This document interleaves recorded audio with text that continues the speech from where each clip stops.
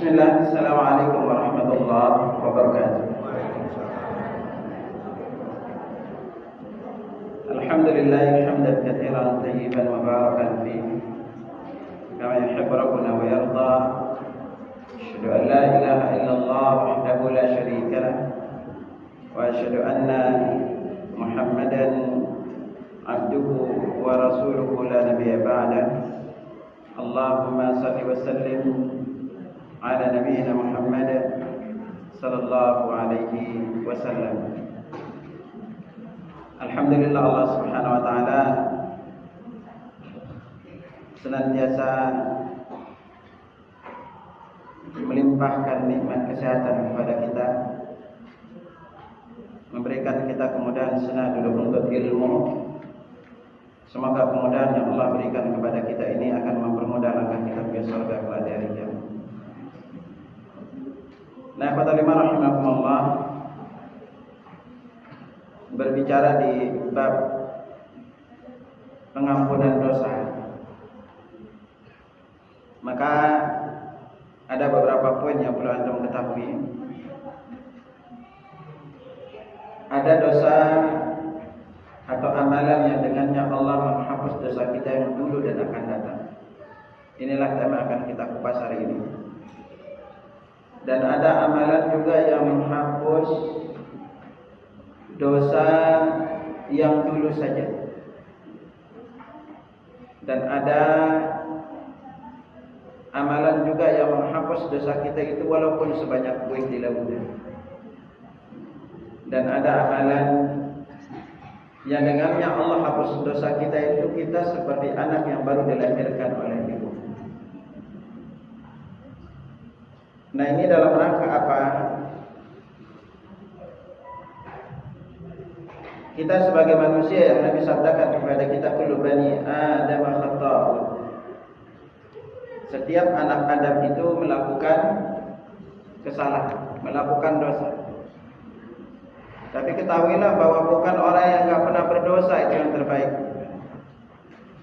Orang terbaik di sisi Allah, kata Nabi katakan, wa khairul khata'in at-tawwab. Dan sebaik-baik orang yang berbuat salah adalah orang yang mau bertaubat. Jadi jangan menyangka antum itu enggak pernah berbuat salah itu ciri antum manusia terbaik, enggak. Bahwa kita sebagai manusia dijelaskan sumiyan insanu insanan linisyani. Jadi manusia itu dikatakan sebagai manusia karena suka lupa, karena suka lalai. Makanya karena karakteristik manusia ini adalah suka lalai, suka lupa. Dari banyak karakteristik manusia yang Allah jelaskan di dalam Al-Quran, di antara salah satu karakteristiknya adalah innal insana li rabbihi lakanud. Sesungguhnya manusia itu kepada Rabbnya adalah kanud. Ma makna lakanud? Lakanud, para ahli tafsir menjelaskan maknanya adalah yansan ni'am, dia melupakan semua nikmat-nikmat dan mengingat semua musibah. Ya. Makanya ketika manusia itu diuji oleh Allah, Allah firmankan fa'ammal insanu idza mabtalahu fa'akramahu wa na'amahu fayaqulu rabbi akram. Apabila manusia itu diberi nikmat, dimuliakan, maka dia berkata, aku dimuliakan oleh Rabb, aku disayang oleh Rabb. Wa amma idza mabtalahu faqadara alaihi rizqahu fayaqulu rabbi ahan. Tapi apabila diuji, dikurangi rezekinya, maka dia mengatakan Tuhanku enggak sayang sama aku. Ini karakteristik di antara karakteristik manusia. Dan salah satu di antara karakteristik manusia penting yang perlu jamaah ingat adalah wa wa qalilum min ibadiyas syakur. Sangat sedikit hamba yang tahu bersyukur. Jadi dari sini kita belajar apa? Bahwa seberapa banyaknya kita berbuat baik kepada manusia, mereka akan selalu ingat kesalahan kita. Dan inilah juga yang menyebabkan kenapa wanita itu istri itu paling banyak masuk neraka. Ya ibu ya. Karena para ibu-ibu itu nih coba yang apa para suami ingat, ibu itu, istri itu ahli sejarah. Ya. Para istri itu benar-benar ahli sejarah. Kalau sekali itu sampean itu berbuat keliru, akan terus diingat. Enggak akan bisa lupa. Benar. Pokoknya nanti kalau situ berbuat baik, yang diingat yang salahnya udah. Itulah yang menyebabkan kenapa istri itu masuk neraka itu karena itu. Karena dia itu menjadi ahli sejarah, cuma sejarahnya itu tempatnya berbeda. Ya. Makanya ketika Nabi sallallahu alaihi wasallam ditanya, "Uritun nar, uritul jannah," aku ditampakkan ke surga, diperlihatkan ke surga. Para itu akthar alihal fuqara. Aku melihat paling banyak penghuninya itu adalah fakir miskin. Surga ini udah bicara surga. Wa uritun nar, aku ditampakkan ke neraka. Para itu akthar alihal nisa, dan aku paling banyak lihat penghuninya adalah wanita. Lalu Nabi tanya, kenapa? Yakfurnal ashir. Mereka itu kufur kepada kebaikan. Mereka kufur kata. Sahabat bertanya lagi, yakfurna billah, apakah mereka kufur kepada Allah? Enggak, yakfurnal ashir. Mereka itu melupakan kebaikan suaminya. Ya. Maka Nabi sampai katakan, kalau kamu berbuat baik selama setahun, lalu sekali berbuat salah, yang ingat yang mana, Bu? Salahnya yang diingat. Makanya ibu-ibu itu ahli sejarah. Gitu. Ya dari sinilah kita belajar. Dan ana sering ingetin pada para jamaah, jangan pernah berharap kepada manusia. Siapa saja yang berharap, ibu berharap dibahagiakan oleh suami ibu,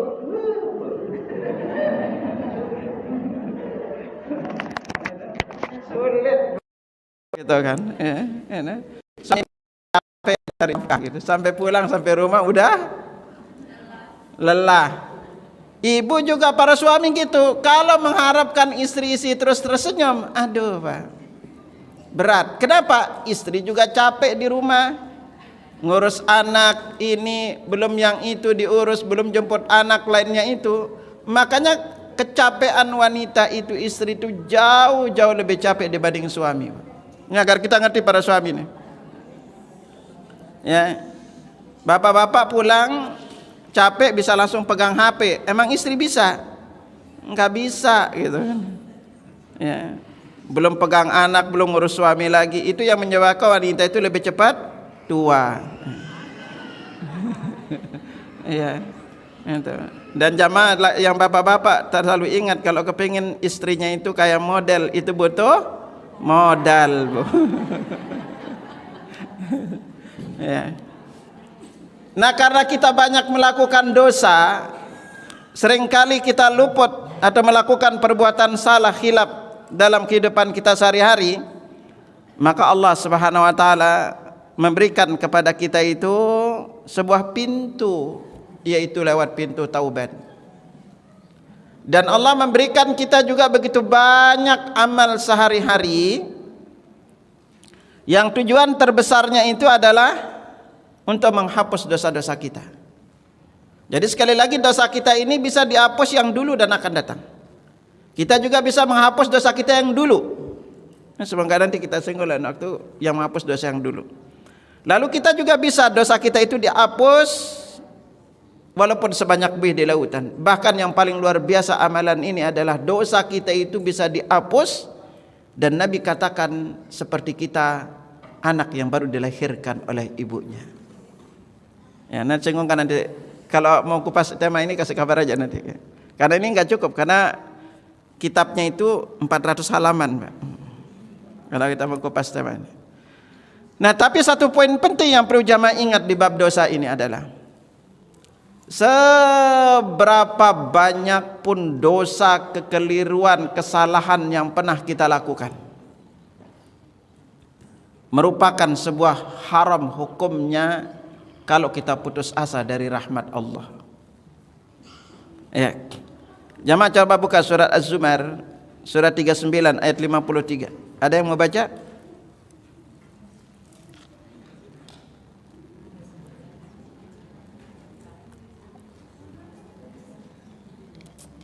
Ada yang mau baca enggak? Ada? Ya udah jamaah dilihat aja ya. Ana bacakan biar cepat. Allah Subhanahu wa taala berfirman kepada kita, "Qul ya ibadiyalladzina asrafu ala anfusihim."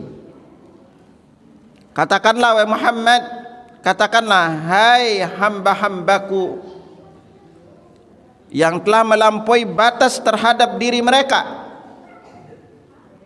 yang udah banyak melakukan dosa, berbagai macam maksiat sudah dia lakukan. Apa kata Allah? La taqnatu min rahmatillah. Jangan kalian putus asa dari rahmat Allah. Ini kata Allah, jangan putus asa. Jangan kamu berkata dosamu enggak diampuni.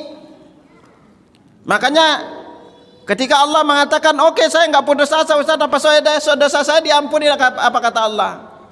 Innahu yaghfirudz dzunub. Sesungguhnya dia mengampuni dosa-dosa. Lalu mungkin Bapak bertanya, dosa saya diampuni enggak Ustaz? Apa kata Allah? Jami'an, semuanya. Ya. Allah tutup dengan kalimat jami'an agar setiap kita ini jangan bertanya dosa saya diampuni enggak? Dosa saya sebesar gini enggak? Saya udah ini, saya udah itu, udah melakukan berbagai macam dosa. Dosa saya diampuni enggak? Tapi kata Allah, innallaha yaghfirudz dzunuba jami'a. Sesungguhnya dia mengampuni. Kalimat inna itu disebut dengan harfu taukid. Ya, jami'an ini Allah mengatakan seluruhnya. Lalu Allah tutup dengan kalimat agar kita juga lebih yakin lagi Allah mengampuni dosa. Innahu huwal ghafurur rahim. Sesungguhnya dia itu sungguh Maha Pengampun lagi Maha Penyayang. Ya. Jadi di sini kita belajar jemaah sekalian, jangan pernah buat orang lain putus asa dari rahmat Allah.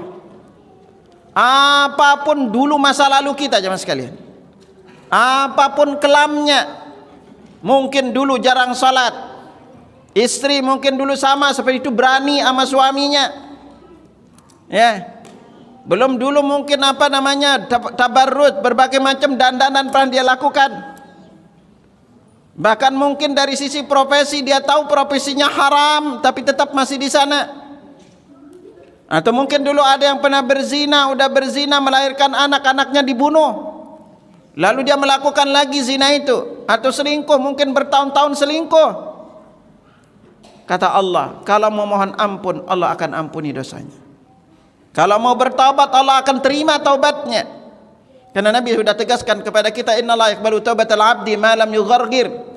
Allah akan terima taubat seorang hamba itu selama nyawa belum ada di tenggorokan.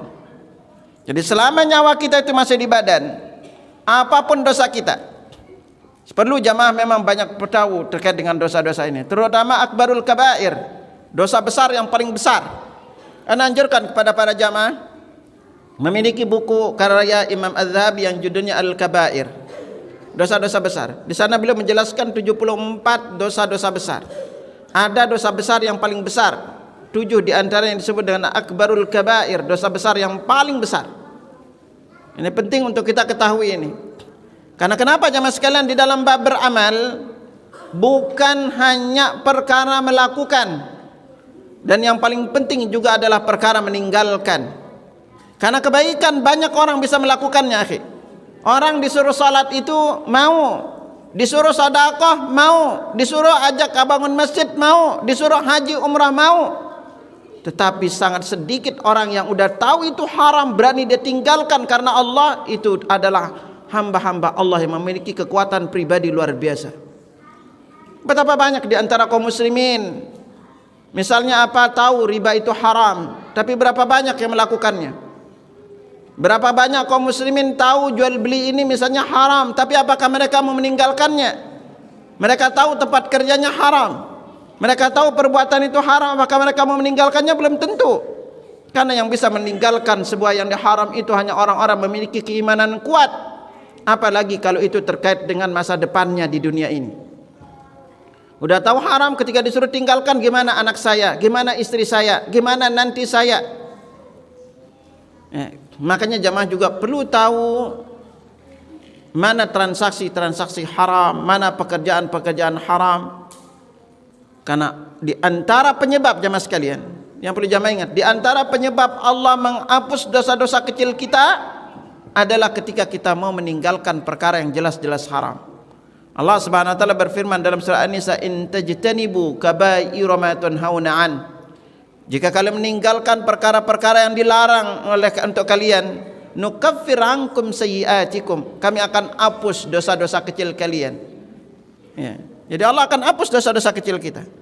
Nah, makanya mas sekalian, apapun sekali lagi kekeliruan, kesalahan, khilaf kita di masa lalu, di antara kaidah pentingnya adalah al-islamu yajubbu ma qablah. Islam itu menghapus dosa-dosa yang dulu. Jadi dengan kita bertaubat, kalau kita benar-benar taubatnya itu, maka dosa-dosa kita yang dulu dihapus.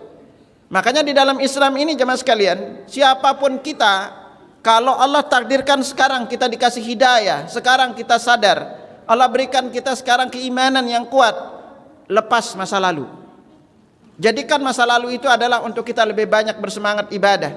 Makanya orang-orang soleh sebelum kita jemaah sekalian, kalau mereka melihat orang yang dewasa, mereka berkata, dia telah mendahuluiku melakukan kebaikan. Kalau mereka lihat orang yang lebih kecil dibanding mereka, mereka berkata, aku telah mendahulunya melakukan dosa. Itu yang menjadikan mereka lalu bersemangat untuk melakukan kebaikan. Ya, kebaikan-kebaikan ini jemaah sekalian berbagai macam wujudnya. Ada yang gampang kita lakukan, ada yang membutuhkan perjuangan. Makanya di antara tema yang sering Anda kupas adalah amalan ringan berpahala besar. Ya, ada silsilah kajian 365 amalan ringan. Ada amalan itu begitu gampang kita lakukan. Dan di antara kunci terbesarnya jamaah sekalian, Anda ingetin, ya, jangan pernah bangga dengan amal yang kita lakukan.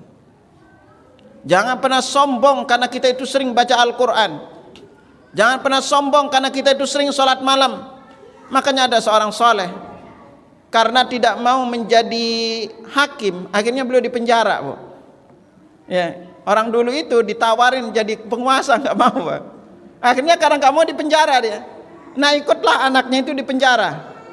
Ketika dia di penjara ini, sebagai orang yang saleh tetap dia ibadah, rajin ibadah. Bangunlah dia di malam hari. Dibangunkan anaknya itu salat. Ketika dia bangun salat, lalu semua yang di penjara tawan itu nggak ada satupun yang bangun. Hanya dia dengan beliau dengan anak yang bangun. Lalu apa kata anaknya? Wahai ayahku, ada apa orang ini pada tidur-tidur semua, tidak pada sholat? Lalu apa kata bapaknya? Wahai anakku, engkau tertidur sampai dengan waktu subuh dan tidak bangun sholat malam.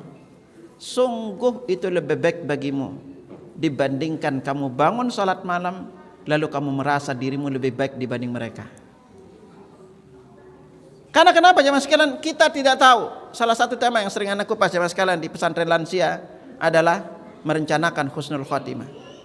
Di antara titik tolak yang perlu kita ingat jemaah sekalian apa? Kita nggak tahu akhir hayat kita ini. Kita tidak tahu seperti apa penghujung hidup kita ini. Sementara penghujung itulah yang akan menentukan kita. Karena Nabi sabdakan pada kita, innamal a'malu bil khawatim.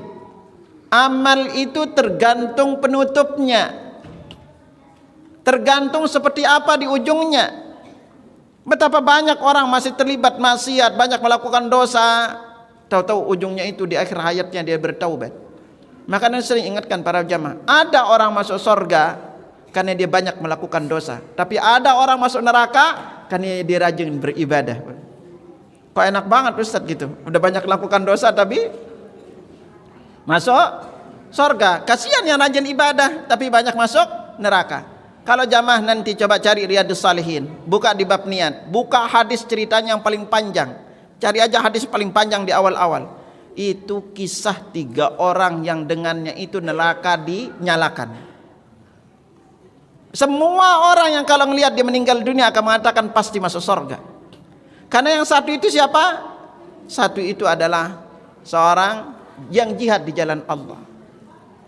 Dia meninggal dalam keadaan jihad, tapi ketika dibangkitkan Allah bertanya kepadanya tentang nikmatnya, tentang jihadnya, lalu dia berkata, aku berjihad di jalanmu menegakkan kalimatmu.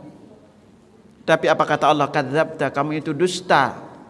Kamu itu berjihad agar kamu dikatakan sebagai seorang pahlawan dan pemberani. Waqad qila, dan kamu sudah dikatakan seperti itu.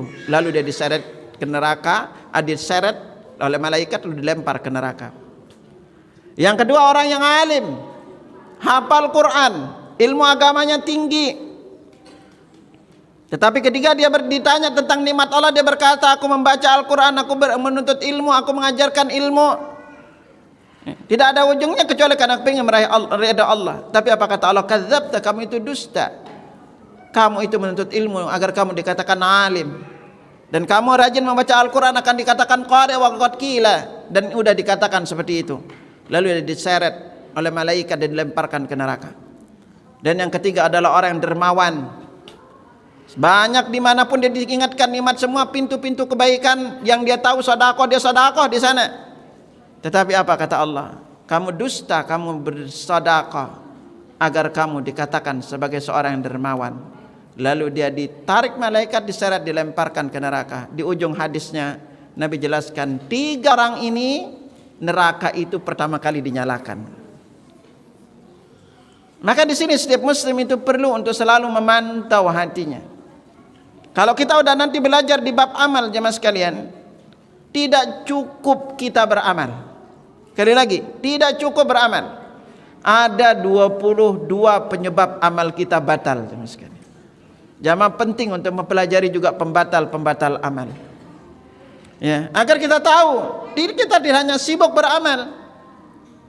Karena kalau kita nanti banyak beramal, jamaah sekalian, bisa jadi kita bangga amal kita ini.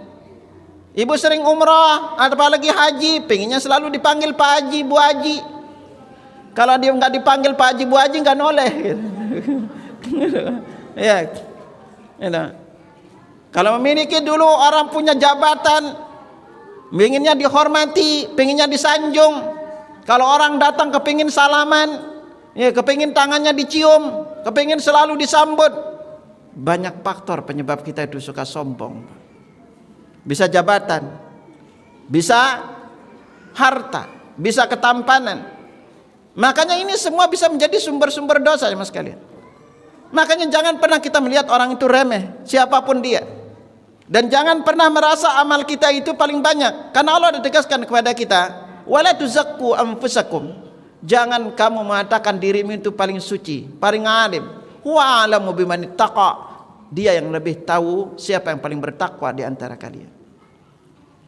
Dan di sini kita berharap lalu apa jemaah sekalian? Seberapa banyak pun amal kita, Nabi sudah berikan kita pelajaran. Apa Nabi katakan? Innakum lan tadkhulul jannata bi'amalikum. Sungguh kalian itu tidak masuk surga karena amal perbuatan kalian. Coba, apapun amal yang kita lakukan itu bukan itu penyebab kita masuk surga. Lalu mendengar itu sahabat bertanya, wala anta ya Rasulullah, engkau juga tidak Rasulullah? Wala ana, aku juga enggak masuk surga karena amal perbuatanku. Coba jemaah sekalian, sekali-kali pelajarin, buka seperti apa amalan Nabi, gimana salat beliau, gimana ibadah beliau, gimana sedekah beliau. Ada enggak mampu nandingi ibadahnya Nabi? Jangankan ibadahnya Nabi, para sahabat aja.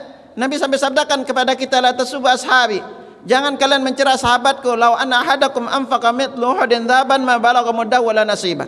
Seandainya salah seorang di antara kalian itu menginfakkan emas sebesar gunung Uhud, tidak akan pernah mampu mengguguli pahala yang diinfakkan oleh sahabatku satu mud.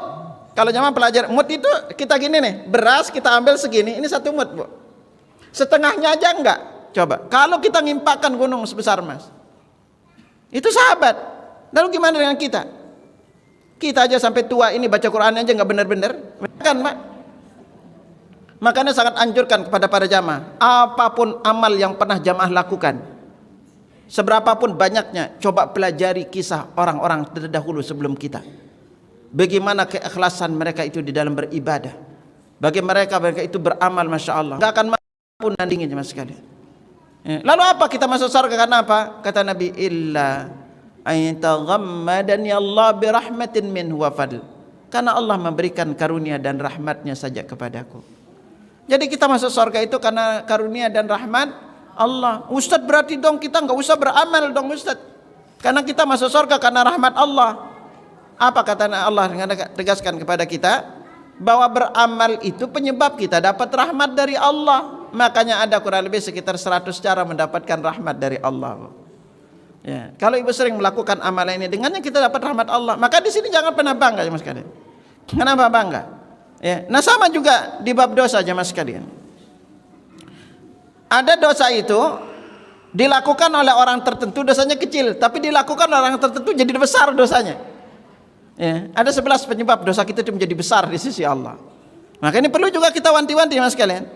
Nah, makanya lewat amalan ini Allah memberikan kita penghapusnya. Makanya sering-seringlah melakukan amalan ini. Ada amalan yang gampang kita lakukan, mudah kita lakukan, dan ada memang yang membutuhkan perjuangan. Mau yang gampang dulu apa yang sulit dulu? Hah? Yang gampang dulu apa yang sulit? Oke, baik, kita mulai yang gampang-gampang dulu ya, agar jamaah bisa sering melakukannya. Dan seringkali kadang-kadang jamaah sekalian, disinilah bedanya antara kita berilmu dengan tidak berilmu. Kalau kita berilmu, amalan apapun yang kita lakukan itu bisa kita lipat gandakan pahalanya. Dan ini juga akan mengajarkan kepada kita bahwa amalan itu kalau kepingin hasilnya sempurna, maka pastikan sesuai dengan contoh Nabi sallallahu alaihi wasallam. Maka di sinilah pentingnya kita belajar. Islam itu dibangun di atas landasan ilmu.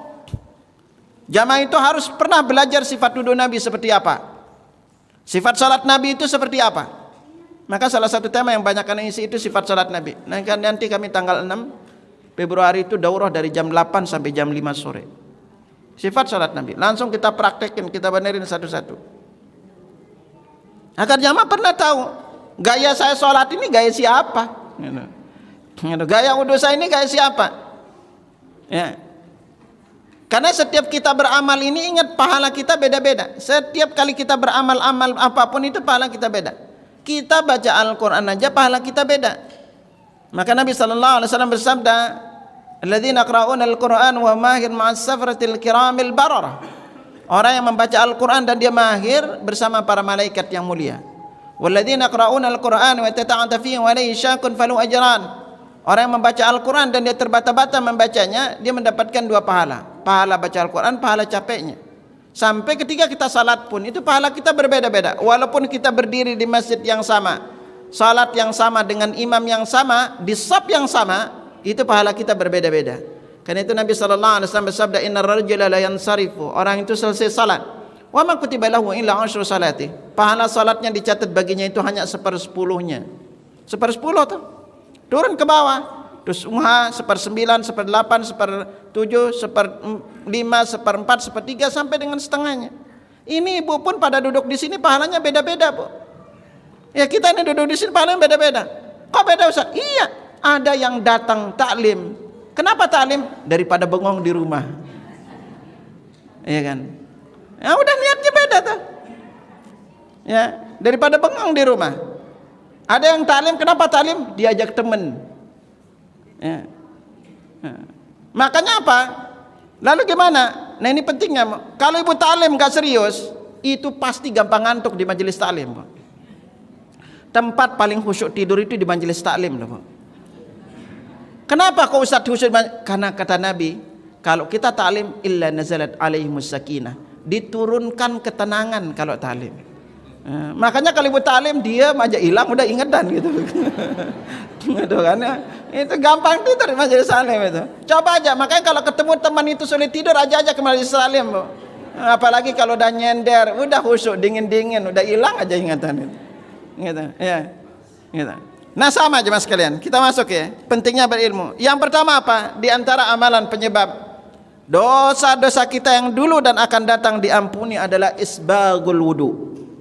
Menyempurnakan wudu. Bukan sekedar wudu. tapi menyempurnakan wudu.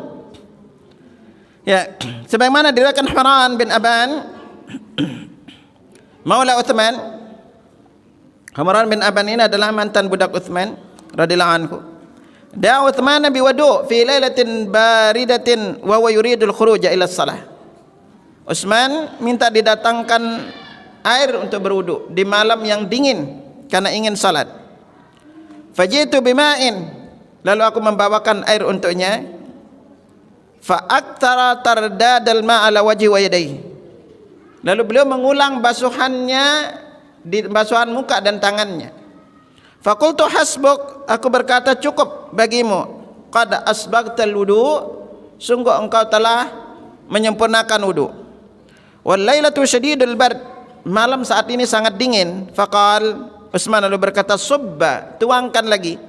Fa inni sami'tu Rasulullah sallallahu alaihi wasallam yaqul, tidaklah aku mendengar Rasulullah, sungguh aku mendengar Rasulullah SAW bersabda, la yusbiqu 'abdun al-wudu'a, tidaklah seorang hamba itu menyempurnakan wudu illa ghufira lahu ma taqaddama min dhanbi wa ma ta'akhkhar, melainkan akan dihapus baginya dosanya yang dulu dan akan datang.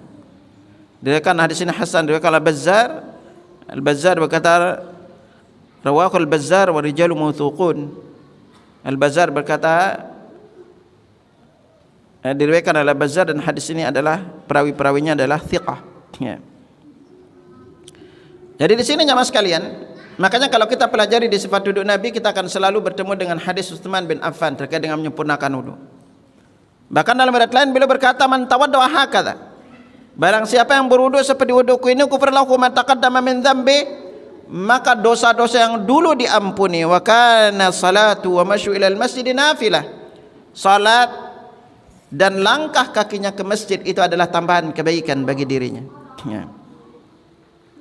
Nah di sini jamaah sekalian kita belajar bahwa penyebab terbesar kita dihapus dosa kita itu adalah kita menyempurnakan wudu. Yang jadi pertanyaan itu seperti apa gambaran wudu yang sempurna?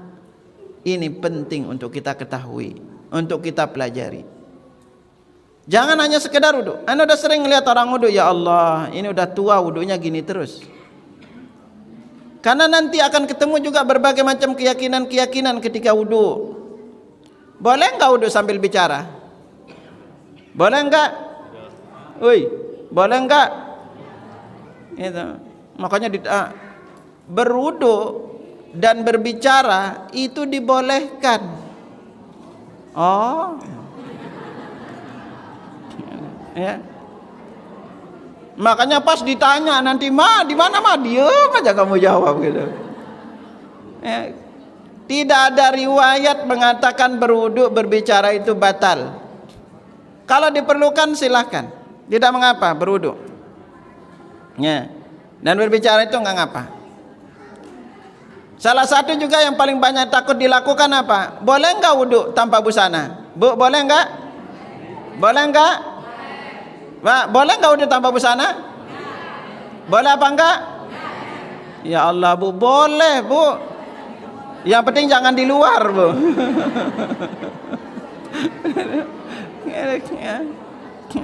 Kalau ibu selesai mandi, masih di kamar mandi, itu tidak mengapa wudu. Ya Allah, ibu di kamar mandi langsung ibu wudu, lalu kepingin pakai baju lalu wudu, ribet sendiri kan? Kalaupun ibu pakai anduk aja itu boleh, tidak ada riwayat mengatakan wudu tanpa busana wudunya tidak sah. Ya kan? Gitu. Nah maka ini yang perlu kita ini perhatikan.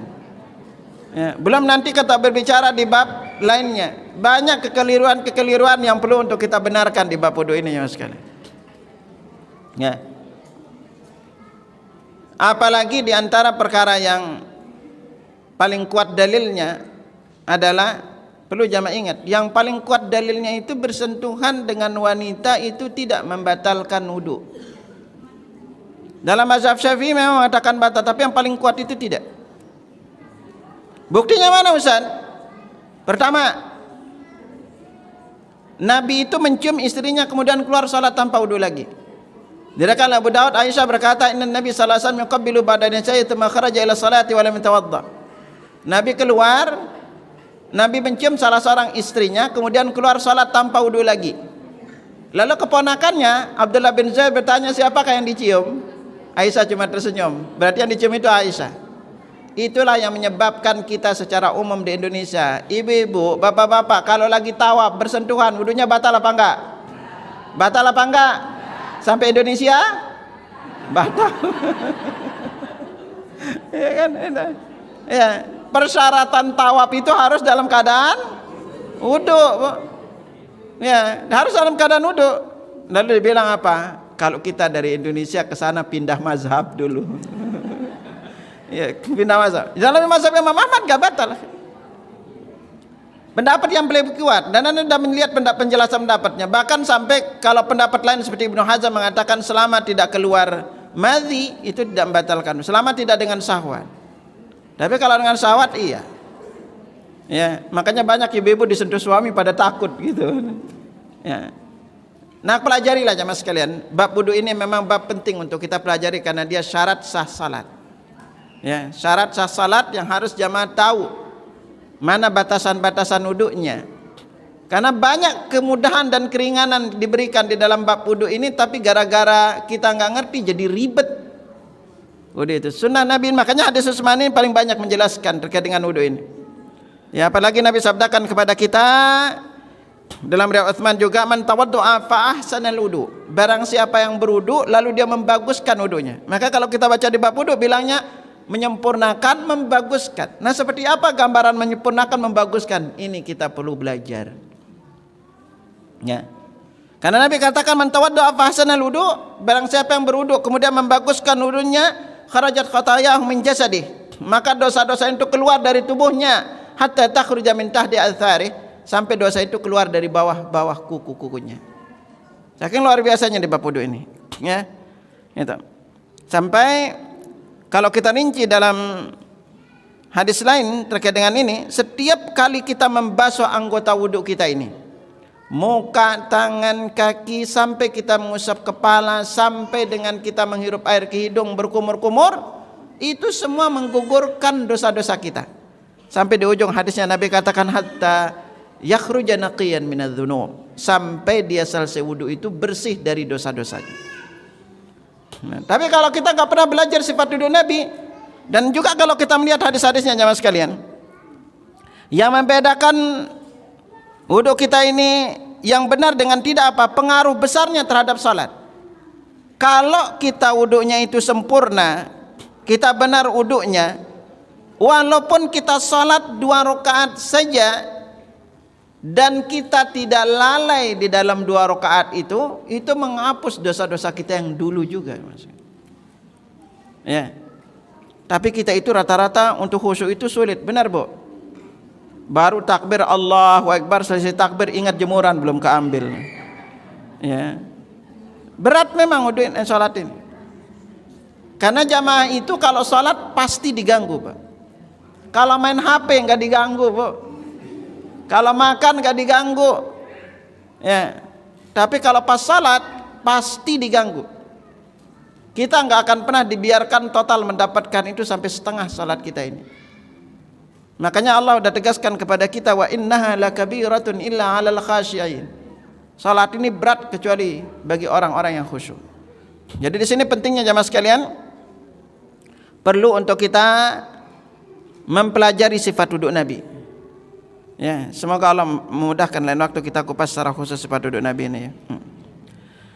Nah, lalu amalan kedua yang dengannya Allah menghapus dosa kita adalah alhamdu aqibal akli wal lubsi.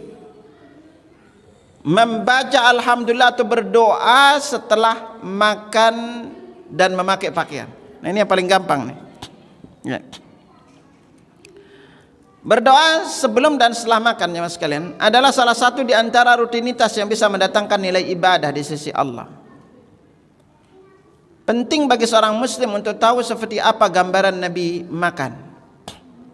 Kaidah paling gampang Nabi sabdakan kepada kita, kulu washrabu biyaminik. Makan dan minumlah kalian menggunakan tangan kanan. Fa inna syaitan yaqulu washrabu bishimalihi. Karena syaitan itu makan dan minum menggunakan tangan kiri. Ya. Syaitan itu makan minum menggunakan tangan kiri. Dan kita pun Nabi berikan tuntunan yang begitu rinci terkait dengan makan. Ana singgungkan sekilas saja agar bisa kupas yang lainnya. Salah satu kaidah penting yang perlu jamaah ingat di makan itu adalah niatkan untuk ibadah. Karena ketika kita makan, kalau kita niatkan jadi ibadah, maka energi hasil makanan itu akan mengarahkan kita kepada ketaatan. Dan dari sinilah kalau kita tahu itu ibadah, maka kita akan berusaha untuk mencari nafkah yang halal. Bukan masalah banyaknya. Sungguh halal ini akan menjadi penentu kemana arah dari energi kita ini. Dan Allah tidak akan menerima amalan itu sedekah itu kecuali yang baik. Ya. Wala sadaqatun min gulul. Allah tidak akan menerima sedekah dari yang kecuali dari harta yang halal. Nah, maka dari itu kaidah-kaidah penting perlu kita perhatikan ketika makan. Pertama, ketika makan jangan lupa berdoa. Apa doa sebelum makan, Bu? Apa? Bismillah. Nabi katakan, ya gulam samillah. Baik anak kecil, kata Nabi, bacalah bismillah. Wa qul biyaminik, makan dengan tangan kanan, wa kul mimma yalik, dan makan yang terdekat darimu. Nah, setelah makan apa doanya, Bu? Alhamdulillah. Apalnya yang mana? Yang pendek apa yang panjang? Yang pendek. Ya, jadi doa makan ini ada beberapa ya. Yang pendek cukup baca alhamdulillah. Jadi selesai makan dan minum kita membaca alhamdulillah. Karena Nabi SAW bersabda, Inna Allah yarda 'anil 'abdi an ya'kula al-aklata fayahmadahu 'alaiha aw yashraba asy-syarbata fayahmadahu 'alaiha. Allah itu redha kepada seorang hamba selesai makan dan minum membaca alhamdulillah. Nah, jadi kalau selesai makan minum silakan berdoa dengan cukup membaca alhamdulillah. Kalau mau agak panjang, ini satu hadis dengan pakaian, cara berpakaian. Itu diriwayatkan dari Mu'adz bin Anas radhiyallahu anhu qala Rasulullah sallallahu alaihi wasallam, Rasulullah sallallahu alaihi wasallam bersabda, man akala ta'aman, barang siapa setelah makan makanan. Ini perlu diingat ya, ta'am itu makanan. Berarti di sini kita membacanya setiap kali makan makanan. Cuma kita di Indonesia itu nggak dibilang makan kecuali makan nasi. Makan bakso 5 mangkok belum makan. Baru apa, Bu? Baru ngemil aja. Subhanallah gitu. Jadi makanan apapun yang kita makan, pokoknya kalau udah dikatakan makan baca doa ini. Nah, apa doanya? Alhamdulillahilladzi at'amani hadza wa razaqanihi min ghairi haulin minni wala quwwah. Hafal apa enggak? Ya. Benar, mau dites hafalannya. Alhamdulillahilladzi at'amani hadza, atau lain at'amani hadza at'am wa razaqanihi min ghairi haulin minni wala quwwah. Kalau kita baca doa ini selesai makan, apa kata Nabi? Ghufira lahu ma taqaddama min dzambihi wa ma ta'akhkhar. Dosa-dosa yang dulu dan akan datang diampuni. Maka dari itu bersyukurlah ibu-ibu yang sering makan. Ya, semakin sering makan antum, itu semakin banyak dosanya diampuni. Iya kan? Udah sering-sering aja makan. Ingat, bukan banyak makan ya, sering makan. Makan sedikit berhenti. Ya, doa. Nanti makan lagi berdoa. Justru kita itu kalau sering makan lebih langsing dibanding banyak makan. Coba aja Ibu. Karena kalau Ibu banyak makan, pengunyahan di tubuh kita itu tidak maksimal. Tapi kalau sedikit makan itu lebih sehat di tubuh. Ya, gitu. Makanya makan 5-10 kali itu tidak mengapa, ya. Tapi kalau bapak-bapak udah usia 40 ke atas, sedikit makan jauh lebih sehat dibanding banyak makan. Tubuh kita ini sebenarnya secara fisik itu zaman sekarang lebih sehat tidak makan dibanding makan, ya. Karena rumus kesehatan ketika kita udah usia adalah sedikit makan tapi yang bergizi. Bukan masalah banyaknya, tiap hari makan gorengan terus. Pagi gorengan, siang goreng, malam nasi goreng lagi. Ya, sedikit aja makan, zaman jauh lebih sehat. Ya. Dan banyakkan minum. Anda ingetin pada para jamaah, terutama yang masuk usia 40 ke atas, penyebab terbesar sakit itu adalah kurang minum, Pak. Kurang minum ini menjadi penyebab terbesarnya, ya. Dan tubuh ini hanya butuh air putih, bukan air warna-warni. Hanya butuh air putih. Jangan bangga minum air warna-warni, Pak, ya. Kalau dia pakai warna-warni semakin keras kinerja ginjal kita menyaringnya. Nah, di dalam perkara makan ini penting banget untuk kita perhatikan kehalalannya dan sehatnya. Makanya Allah selalu firmankan kepada kita, "Kulu minat thayyibati ma razaqnakum." Makanlah yang thayyib. Dia mengatakan halalan thayyiba. Halal dan thayyib. Kenapa kita suruh yang halal? Karena Nabi sabdakan pada kita, "Al-lahmu nabata min sukhtin fannaru aula bih." Daging yang tumbuh dari yang haram, maka neraka lebih cocok tempatnya. Nah, disinilah pentingnya setiap muslim itu untuk memperhatikan kehalalan rezekinya, karena akan berpengaruh terhadap dirinya. Nah, makanya Islam menjadikan makan ini sebagai sarana ibadah. Bukan hanya sekedar perkara kita masukkan makanan ke dalam tubuh. Karena kenapa di balik makan ini juga banyak perkara yang harus kita syukuri. Itulah yang menyebabkan ketika kita selesai buang air besar, lalu keluar dari kamar mandi, kita baca apa? Doanya apa? Ghufranak. Bukan ghufranaka, tapi ghufranaka. Ra-nya dipanjang, jangan bilang ghufranak, itu keliru. Ghufranaka, ulangi. Ini bilang ghufranak, gitu aja dibilang. Ya, ra-nya dipanjangin, ghufranaka. Apa artinya? Apa artinya? Ampunilah dosa-dosaku. Yang jadi pertanyaannya, emang ngapain di dalam kamar mandi itu tuh minta ampun? Ya, tadi ngapain kok tuh keluar-keluar mohon ampun? Ya. Nah, para ulama ketika menjelaskan makna di balik doa ini seperti Ibnu Allan dalam kitab beliau Al-Futuhat Ar-Rabbaniyah Syarah Adzkar An-Nawawiyah, di antara hikmah kenapa kita mohon ampun ketika kita keluar dari kamar mandi, beliau menjelaskan bahwa banyak rangkaian nikmat yang sering kita lupakan ketika kita buang air besar. Apa nikmatnya? Pertama, Allah memberikan kita rezeki. Itu nikmat sendiri. Berikutnya apa? Allah memudahkan rezeki itu tersedia alias makanan itu bagi kita. Itu pun kita lupain. Lalu berikutnya apa? Allah memberikan kekuatan tangan kita memasukkannya ke mulut.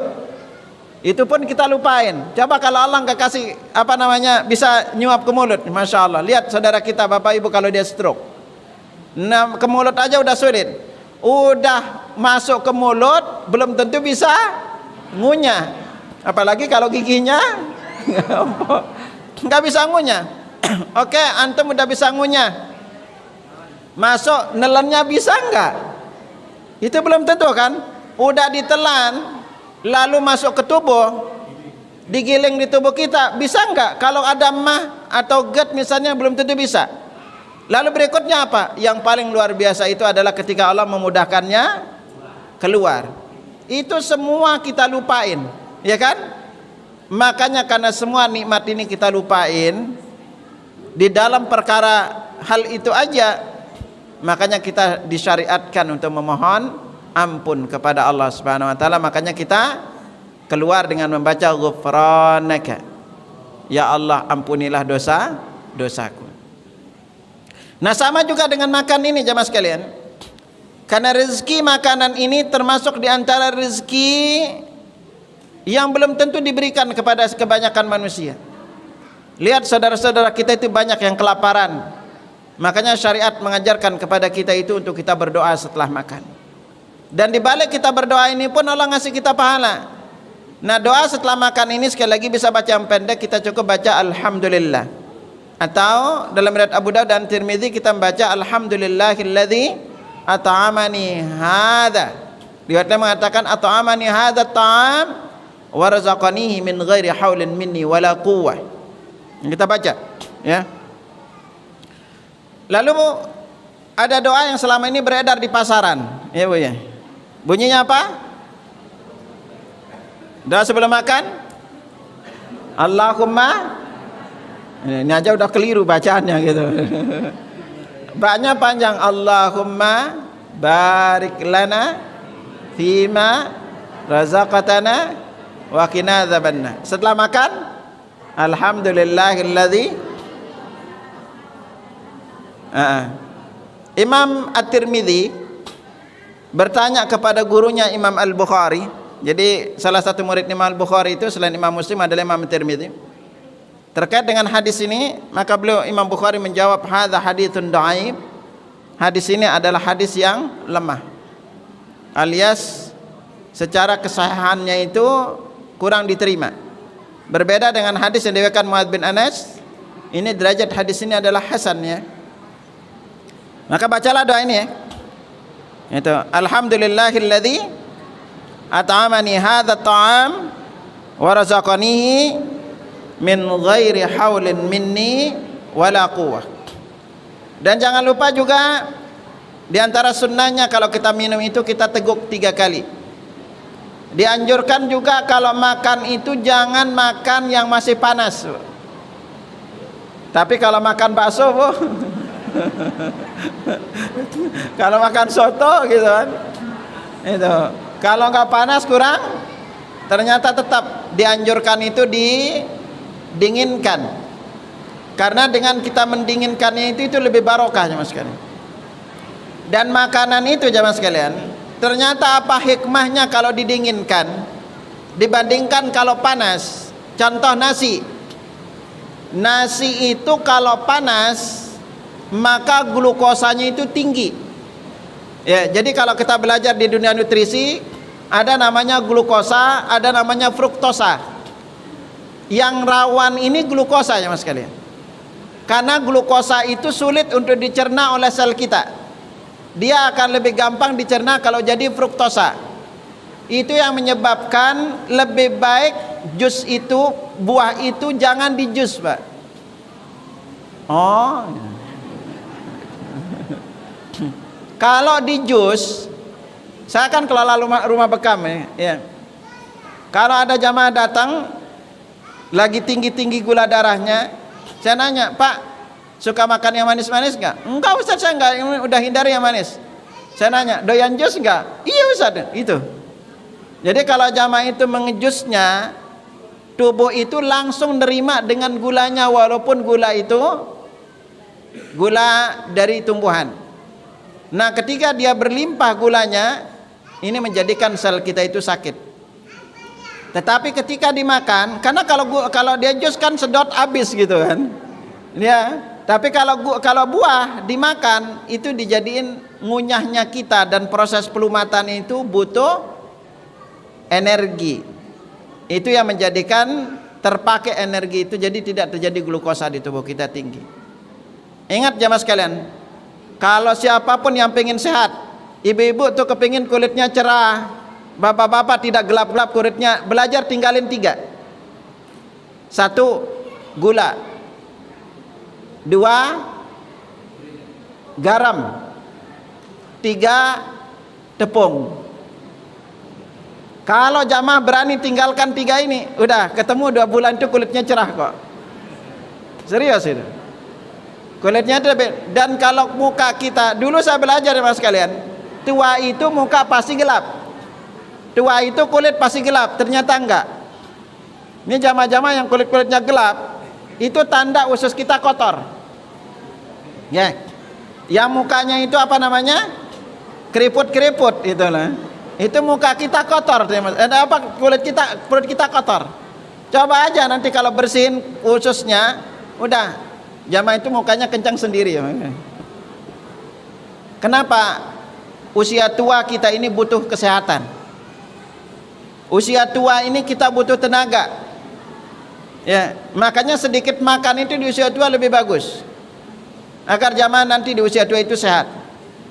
Ya, apalagi yang masalah lututnya banyak, kurangin makan. Makanya kalau kita bisa, setiap penelitian itu, kalau kita bisa kosongin perut 2 kali setiap minggu, dijamin sehat, Bu. Islam sudah memberikannya. Belajar ngurangin, pokoknya kosongin perut 2 kali seminggu, Pak. Itu dijamin sehat, Pak. Ya, makanya kita Allah syariatkan apa? Puasa Senin, Kamis. Itu salah satu fungsinya. Kalau enggak, kurangin setiap di bulan. 1 bulan ini kosongin perut 3 kali. Gitu. Kalau enggak kita kurangin sekali setahun. Makanya itu Islam sudah memberikan itu kepada kita. Nah, karena itu makanan ini sampai Allah menganjurkan kepada kita salah satu rumus kesehatan terbesar, kulu washrabu. Tapi apa? Makan dan minumlah. Tapi Allah bilang apa? Wala tusrifu. Jangan berlebih-lebihan. Kuncinya itu, ya. Nah, makanya Islam menjadikan makan ini sebagai ibadah. Banyak makan salah satu penyebab kita malas ibadah. Banyak makan penyebab kita jadi pelupa, Pak. Ya, jadi pelupa. Justru tubuh kita ini sedikit makan itu yang lebih sehat. Nah, sama juga berikutnya ini makanan. Dalam satu hadis ini disebutkan juga berpakaian. Membaca doa setelah makan dan membaca doa setelah berpakaian penyebab dosa-dosa kita yang dulu diampuni oleh Allah. Dulu akan datang juga. Maka Nabi sabdakan kepada kita, wa man labitha thawban, dan barang siapa yang setelah memakai pakaian dia berdoa, apa doanya? Doa ini mirip dengan doa ketika makan. Setelah makan apa doanya? Alhamdulillahilladzi kasani hadza thawba wa razaqanihi min ghairi haulin minni wala quwwah. Kalau kita baca doa ini kata Nabi, ghufir lahu ma taqaddama min dzambi wa ma ta'akhkhar. Dosa-dosanya yang dulu diampuni, ya. Satu hal penting yang saya ingatkan kepada seluruh jamaah,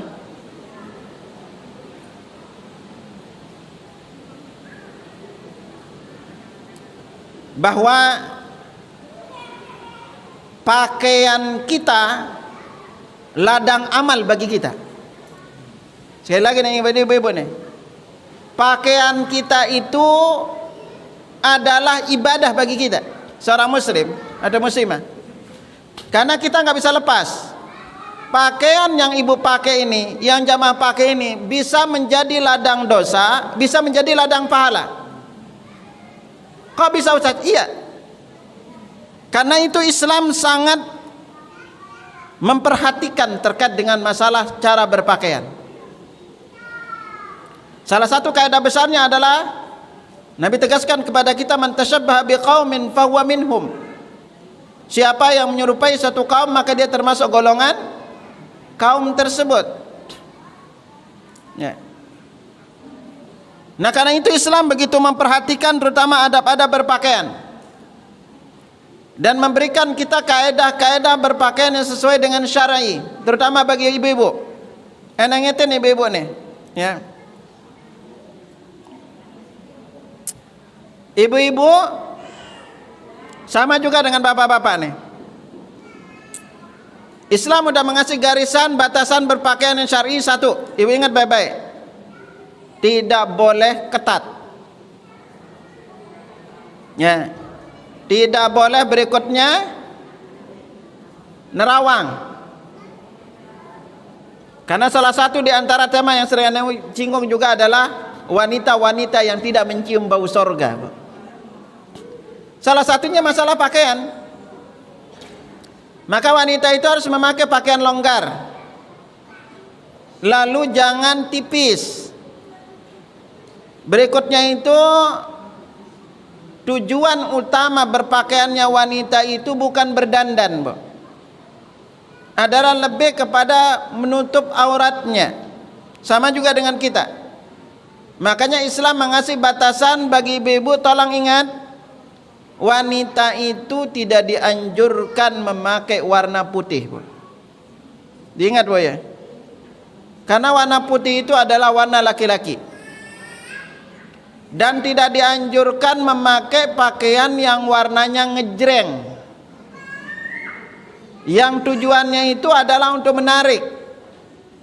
Yang repotnya ibu-ibu ini kalau keluar aja berdandan, di rumah nggak berdandan, ya. Jadi ibu itu sebenarnya berdandan. Ibu ingat punya suami pengennya satu, benar, Bu? Weh, Bu, ibu suaminya satu apa dua? Pengen kan dianya aja yang dimiliki oleh suaminya, benar gak, Bu? Tapi ibu itu seringkali berdandan untuk laki-laki lain, benar gak, Bu? Enggak apa, benar apa enggak? Gitu. Makanya kalau ibu berdandan di rumah cuma pakai daster, bau dapur, pas keluar ngejreng. Harum gitu. Makanya kalau ibu dandan itu pasti suami nanya, "Ma, mau kemana?" Ya. Ingat ibu-ibu ini hati-hati ya di dalam bab pakaiannya. Ingat kalau kita lihat pakaian kita ini, bisa jadi karena pakaian itu kelak akan mempercepat masuk neraka dan akan mempercepat masuk surga. Kok bisa, Ustaz? Iya, coba sekarang kita lihat, Bu. Kita sholat berapa menit, Bu? Rata-rata sholat berapa menit? 5 apa 10? Paling 5 menit gitu. Ibu sholat 5 menit. Hanya kalau kita ambil 10 menit untuk ibadah, itu khusyuknya aja belum tentu diterimanya, nggak berani jamin, benar. Tetapi ketika ibu berpakaian tidak sesuai dengan syar'i, itu bisa menghapus pahala sholat kita. Karena ibu berpakaian sehari-hari. Ya, bayangkan contoh, ibu pakai parfum, nekat pakai parfum. Apa kata Nabi katakan? Ayyumma maratin ista'tarat famarrat ala qaumin liyajida rihaha fayazaniya. Siapa saja wanita yang memakai wangi-wangian ketika keluar rumah, terutama ketika keluar rumah, dengan tujuan agar dicium bau harumnya, maka dia itu adalah wanita pezina. Makanya bagi wanita ketika keluar rumah, ingat kalimat ini, Bu, harum, haram. Ya, bagi wanita ketika keluar rumah, harum itu hukumnya haram. Ya. Ibu-ibu nekat ke masjid pakai parfum, kata Nabi, siapa saja wanita yang ke masjid pakai parfum, Allah tolak sholatnya sampai dia mandi janabah. Ya. Ustaz, lalu gimana? Ustaz, ada yang buketek, Ustaz, gimana? Maka kata Nabi dijelaskan, wanita itu pakai parfum itu soft, lembut, tidak menyengat. Berbeda dengan laki-laki. Gitu. Laki-laki dianjurkan baunya wangi. Ya, ini udah nggak mandi semprot aja tuh, Bu, gitu. Ya, hati-hati, Bu sekalian. Ini syariat. Jangan sampai gara-gara ibu sholat. Makanya, Bu, maaf nih, setelah aneh saya pelajarin dulu aneh beberapa kali kita ngisi dosa-dosa besar ya. Sampai saya bertanya dulu itu, ketika membaca hadis, kenapa wanita yang paling banyak masuk neraka? Sempat saya bertanya, yang udah Nabi jelaskan karena kufur sama suaminya, kufur kebaikan suaminya. Tapi kenapa akhirnya kalau ibu pernah baca 74 dosa besar, itu hampir 60%-nya itu dosa yang dilakukan wanita. 60% lebih paling senang dilakukan wanita. Makanya ibu sekalian, ingat baik-baik, ciri utama wanita penghuni sorga itu betah di rumah. Ciri utamanya. betah di rumah. Ustadz kan di rumah terus stres gitu. Udah ibu minta dianterin suami jalan-jalan gitu. Ya. Berat memang iya. Nah, karena karakteristik wanita itu senang berdandan, tapi berdandannya bukan untuk suami. Makanya Islam mengasih batasan keras, Bu, terkait dengan masalah pakaian ini. Ibu bisa jadi ibu sering sedekah, sering beramal, tapi amal ibu akan terhapus gara-gara dalam berpakaian itu yang Nabi gambarkan berpakaian tapi telanjang. Kalau suami ibu memberikan ibu pakaian yang seksi, suami yang paling pertama tanggung dosanya nanti dari kiamat. Makanya kita para suami, saya sama istri tegas sama pakaian, Pak. Itu kalau nggak setuju jangan beli. Itu. Dari sisi warna juga, gitu kan. Kalau misalnya agak terang-terang dikit, itu hanya pakai di rumah, jangan keluar. Itu sengaja saya tegas pada istri. Maka kalau istri nyari pakaian itu nggak berani, udah, aneh cross check pakaiannya. Karena ya sekarang istri make maunya berdandan, tapi itu jadi dosa juga bagi suami. Makanya salah satu di antara orang yang tidak mencumbu sorga namanya dayyuth. Apa itu dayyuth? Itu laki-laki yang nggak punya rasa cemburu sama istrinya. Istrinya berpakaian seksi ini, dia nggak punya rasa cemburu sedikit pun. Anaknya dibawa laki-laki lain keluar jalan-jalan, dia nggak punya rasa cemburu sedikit pun. Itu Nabi katakan dayyuth. Ya. Karena ibu-ibu sekarang setiap ketika ibu berpakaian seksi, semua mata yang ngelihat ibu tertarik sama ibu, maka yang berpakaian seksi itu sepanjang detik dia keluar rumah itu dia tanggung dosanya. Lalu ibu berkata, Ustadz kan laki-laki yang matanya jelalatan. Benar gak, Bu? Sekarang ibu lihat, kalau ibu dikasih permen, lalu tahu-tahu ibu buka permennya, kira-kira apa yang terjadi, Bu? Woi, apa yang terjadi, Bu? Semut pasti datang. Laler datang gak, Bu? Cara terbaik agar kita mengusir semut dan laler gimana, Bu? Dibuang apa ditutup? Apa? Iya, cara terbaiknya itu tutup dia. Laler akan pergi. Karena kaidahnya gitu, laki-laki itu senang melihat yang indah-indah, Bu. Ya, ke laki-laki itu, Bu. Contoh aja. Ibu-ibu bersamaan dengan usia itu pilihannya terhadap pasangan itu berbeda-beda, Bu. Usia 20 pengen yang ganteng, tampan. Ya, usia 30 pengen laki-laki yang mapan. Lalu usia 40 itu pengen apa yang apa, Bu? Yang setia. Ibu pengen setia kan? Ya, 40 50 pengen setia. Beda dengan laki-laki. Laki-laki cuma satu keinginan, Bu. Usia 20 pengen cantik, usia 30 pengen cantik, usia 40 cantik, usia 50 itu istiqomah laki-laki itu. Laki-laki itu istiqomah gitu. Makanya disinilah wanita itu dituntut berdandan untuk suaminya, bukan untuk yang lainnya.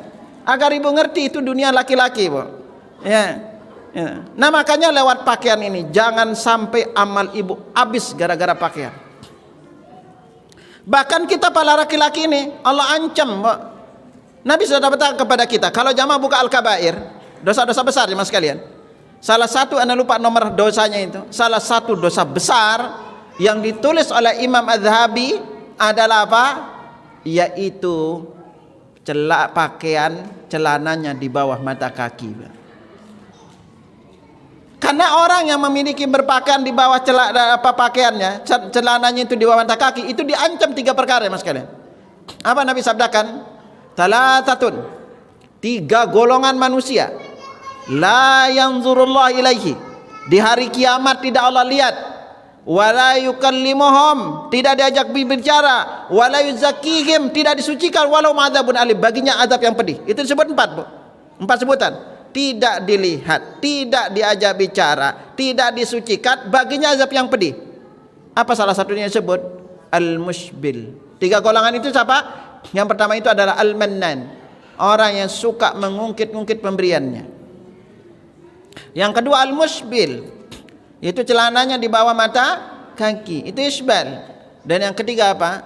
Yaitu orang yang berdagang tapi menggunakan sumpah palsu. Makanya Nabi ditanya, pakaian Nabi itu apa? Nisfus sak, setengah betis. Ya, itu dulu sampai segini dulu jamaah sekalian ya. Ini salah satu kita perlu belajar.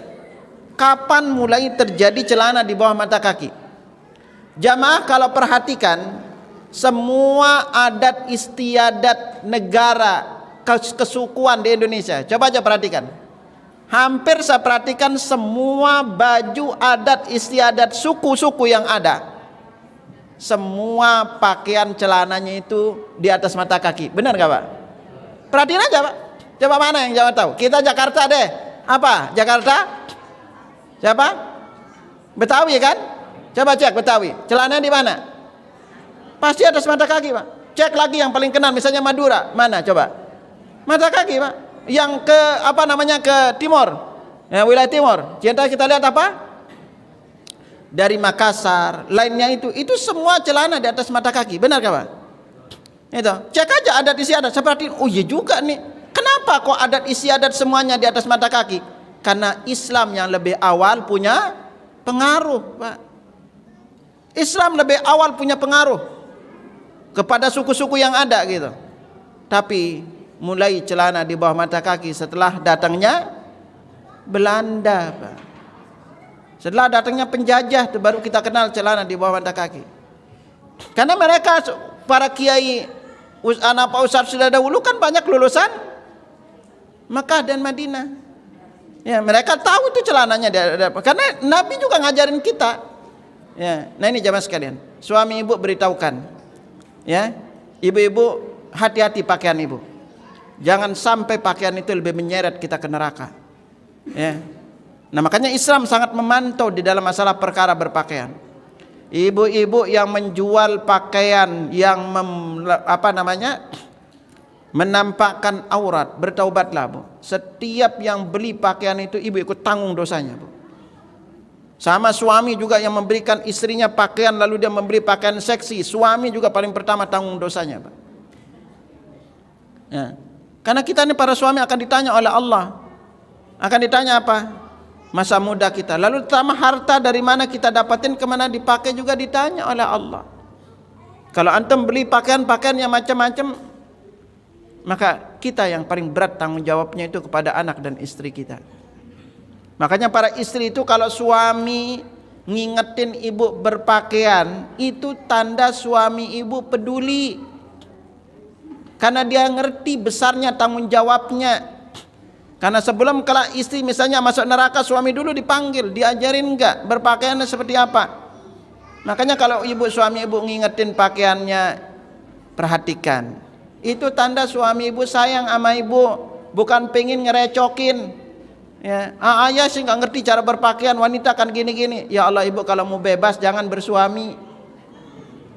Ibu bebas pilih pakaian, gak ada yang nanggung dosanya. Nah makanya Islam itu sangat ketat Bu. Anak pelajaran di babul libas, masya Allah gitu. Luar biasa Islam memperhatikannya. Nggak boleh kita ketat, apalagi sampai kasusnya itu sampai nerawang. Lalu nggak boleh juga laki-laki itu berpakaian seperti perempuan, perempuan juga berpakaian seperti laki-laki, itu nggak boleh Bu. Karena Islam itu udah punya ciri khas sendiri. Islam itu udah punya kriteria sendiri. Salah satu targetnya adalah jangan sampai kita menyerupai orang-orang kafir di dalam kita berpakaian. Maka Nabi katakan man tasyabbaha biqaumin fahuwa minhum. Apalagi di dalam kepala ini, terutama nih antum kalau potong rambut. Maka salah satu yang diharamkan adalah al-qaza. Qaza itu artinya kita tipisin di sini, tipis di sini, tapi di sini masih ada. Ini kayak pangken ditipisin di sini, itu nggak boleh. Buat dia polanya rata. Apalagi dengan berpakaian macam-macam, gaya-gayanya. Ya. Nah, ini makanya perhatikanlah. Ini pentingnya kita sebagai seorang muslim, jangan sampai nanti kita banyak melakukan dosa-dosa, kita nggak nyangka itu dosa. Sementara syariat sudah mengatakan ini dosa, tetapi karena banyak orang yang melakukannya, lalu kita menyangka itu bukan sebuah perbuatan dosa. Ya. Nah makanya Islam Jamaah ketika berpakaian berdoalah. Ya, ketika kita memakai pakaian. Berdoa memakai pakaian ini ada beberapa doa. Kalau setelah melepas pakaian apa doanya, Bu? Woi, ibu-ibu. Doa setelah memakai pakaian apa? Nah, kalau melepas pakaian cukup baca bismillah. Nah, kita pun ketika memakai pakaian baru ada doanya. Ya, ketika memakai pakaian yang biasa ada doanya. Bahkan kemana kita mulai pun memakai pakaian dianjurkan. Maka Nabi sallallahu alaihi wasallam bersabda, "Idzan ta'ala hadukum falyabda bil yumna." Jika salah seorang di antara kalian memakai sendal, hendaklah memulai dari yang kanan. Wa idza khala falyabda bis shimal. Hendaklah ketika melepasnya memulai dari yang kiri. Sama juga ketika kita memakai pakaian. Ketika kita memakai pakaian yang ada kanan kirinya, mulailah dari yang kanan dan akhiri dengan yang melepasnya dengan kiri. Ustaz, gimana kalau masuk masjid mana yang didahulukan? Kanan, benar. Sementara ibu ngelepasnya yang mana duluan? Tuh, coba perhatiin tuh, ya. Itu. Karena kita duluan yang ngelepas yang kiri, ketika masuk masjid seringkali yang didahulukan naik yang kiri. Lalu gimana caranya? Buka dulu sendalnya baru naik. Nyambung apa enggak? Sekarang ketika keluar masjid, yang duluan mana? Kiri apa kanan? Pakai sendalnya duluan mana? No, coba lihat gitu. Ya, kita seringkali karena keluar masjid yang duluan kiri, kadang-kadang kiri duluan maju ketika memakai sendal. Nah, ibu mendahulukan kiri itu ketika keluar dari pintu, silakan bisa baca keluar sambil baca doa, nanti tinggal mulai dari yang kanan. Ya. Nah, ini sama contoh. Ketika ibu pakai mobil, ya, yang supir terutama, naiknya pakai yang mana? Ya, tuh, kita ini aja udah, makanya di Saudi itu coba lihat, Saudi supirnya sebelah mana? Kiri, Pak. Jadi kalau supir sebelah kiri pas, Pak. Ya, ketika dia naik dahuluan kanan, turunnya kiri. Kalau kita kesulitan, Pak. Kesulitan, makanya masuknya dari sebelah. Masuk dari sebelah. Iya. Itu sengaja dirancang gitu loh di kita. Jadi setelah Anda coba perhatikan, banyak hal-hal yang kita lakukan itu sengaja dirancang oleh musuh-musuh Islam, agar kita mencontoh dari Nabi. Kalau Saudi, mereka udah nentuin sendiri, karena mereka tahu banget dahulu masuk itu kanan, keluar kiri, makanya dibuat kiri di sebelah kiri. Apa namanya, setirnya. Kalau kita posisinya sebelah kanan, akhirnya apa? Masuk salah, keluar salah gitu kan. Gitu. Nah, ini jamaah sekalian, makanya kita itu dalam hal ini perlu untuk memperhatikan adab-adab ini. Ya, dalam banyak sisi setiap yang pada umumnya ketika kita memulai melakukan yang ada kanan kirinya, maka mulailah dari yang kanan. Kecuali nanti di tempat-tempat yang dimulai disyariatkan untuk kita mendahului yang kiri. Kapan aja kita mendahulukan yang kiri? Pertama ketika masuk kamar mandi. Nah, kalau masuk kamar mandi dahulukan kiri, lalu nanti keluar dahulukan yang kanan. Ketika keluar dari masjid, kiri dahulu baru kanan. Melepas pakaian, kiri dulu ya. Kiri dulu baru kita kanan. Kalau nyisir dari mana? Itu. Ibu-ibu kalau nyisir duluan mana? Kebanyakan pada dahuluan kiri, Ibu ya. Karena kadang-kadang nyisirnya seperti gini. Ya, maka dahulukan yang kanan dulu. Ingat Aisyah itu nyisir itu rambutnya kepak, Bu ya. Jadi rambutnya kepak, beliau kanan dulu, baru nyisir, baru yang kiri. Ya. Nah, ini di dalam perkara-perkara yang ada kanan kirinya. Nah, terutama jamaah sekalian, Anda sangat anjurkan pada para jamaah, pelajarilah bab pakaian, babul libas, agar kita tahu kaidah-kaidah berpakaian secara syar'i. Ibu-ibu ingat, tugas utama ibu berpakaian itu bukan untuk berdandan. Syariat itu menganjurkan berpakaian, tujuan utamanya adalah menutup aurat. Makanya di bab pakaian itu ibu harus pelajari kaidah-kaidah berpakaian yang syar'i, agar jangan sampai nanti ibu terjerembab di dalam berpakaian sementara ibu memakai pakaian yang haram tapi menyangka itu adalah pakaian biasa. Makanya itu menyebabkan syariat itu, ketika saya coba mempelajari cara berpakaian, kok bab pakaian ini begitu ketat, Bu ya. Ternyata apa? Kita harus sadar bahwa mayoritas waktu kita itu digunakan untuk berpakaian, alias menutup aurat. Sementara sholat kita itu sedikit. Ya, Waktu kita ibadah itu sedikit. Ibu setiap hari kemanapun pasti posisinya adalah berpakaian. Tetapi ketika pakaian ibu itu tidak sesuai dengan kriteria syar'i, sungguh itu akan menjadi ladang dosa terus bagi ibu. Kemanapun ibu pergi, ya, karena setiap hari ibu berpakaian. Makanya disinilah ketika kita berpakaian sesuai dengan syar'i ibu, maka setiap detik hidup ibu itu jadi pahala di sisi Allah. Karena kenapa? Kita laki-laki, mam, Nabi itu celananya di atas mata kaki. Ketika jamaah berpakaian dengan niat mencontoh Nabi, maka setiap detik berpakaian itu jadi ibadah di sisi Allah. Dan bisa jadi karena cintanya kita kepada Nabi itu mencontoh Nabi dalam hal sekecil berpakaian, itu jadi kita dengan itu kita cepat masuk surga. Dan salah satu di antara amalan penghapus dosa kita adalah karena meladani Nabi. Karena itu Allah Subhanahu wa taala berfirman dalam surah Ali Imran ayat 33, "Qul in kuntum tuhibbunallaha fattabi'uni." Katakanlah kalau kamu mencintai Allah, ikuti aku. Apa efeknya kalau kita mengikuti Nabi? Yuhibbukumullah wa yaghfir lakum dzunubakum. Allah akan mencintai kalian dan mengampuni dosa-dosa kalian. Jadi ibu-ibu itu kalau berpakaian syar'i, ibu kriterianya syar'i.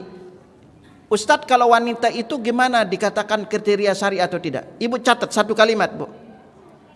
Kalau pakaian ibu tidak ibu bisa pakai salat, itu tandanya belum syar'i. Itu aja, Bu.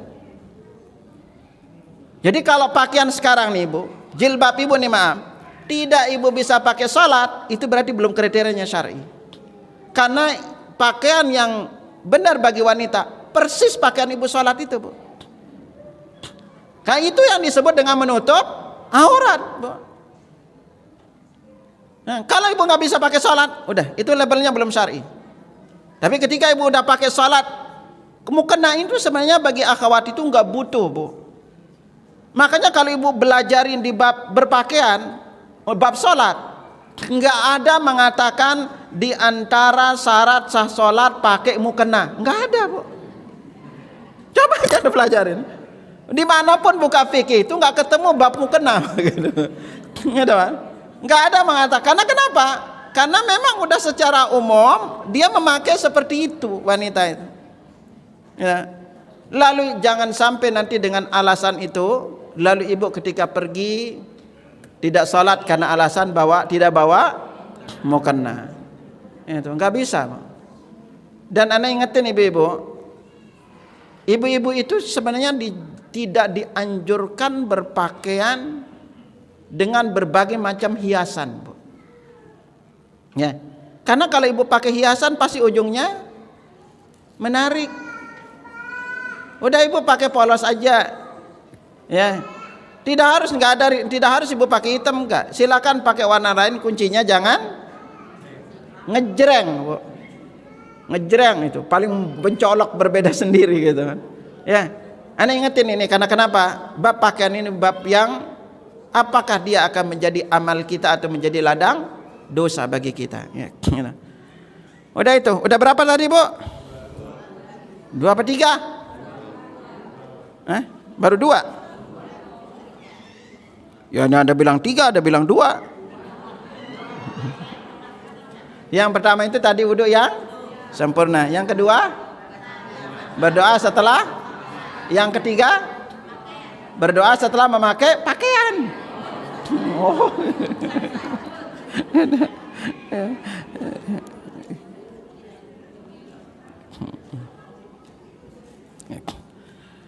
Lalu di antara amalan yang dengannya Allah menghapus dosa-dosa kita yang dulu, ini 3-nya ini di puasa, Bu. Dulu dan akan datang, ya. Semoga Allah sampaikan umur kita sampai puasa, ya. Ini sebentar lagi kita akan masuk di Syaban setelah itu Ramadan. Apa 3 amalan yang menghapus dosa kita di saat puasa? Yang pertama itu adalah puasa di bulan Ramadan.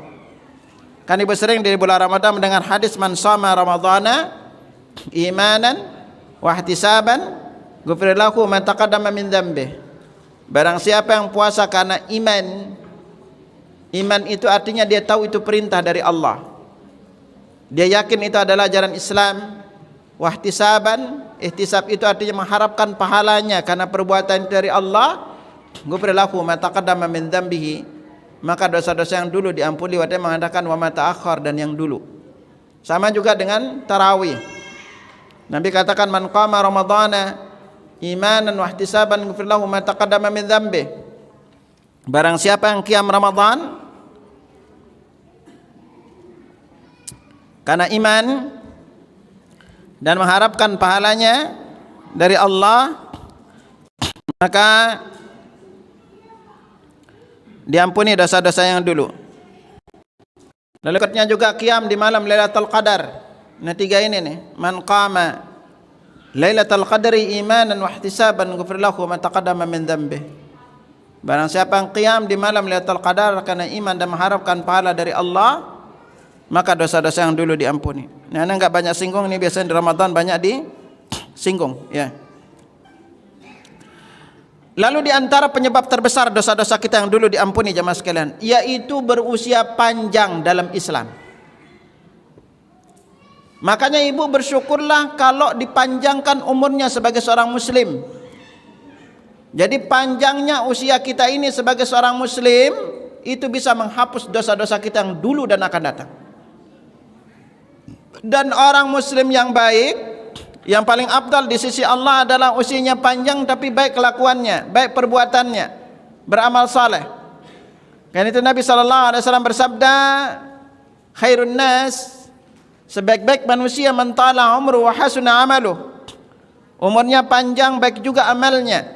Wa syarrun nas, dan seburuk-buruk manusia man tala umru wa sa'a amaluh. Orang yang usianya panjang tetapi buruk perbuatannya.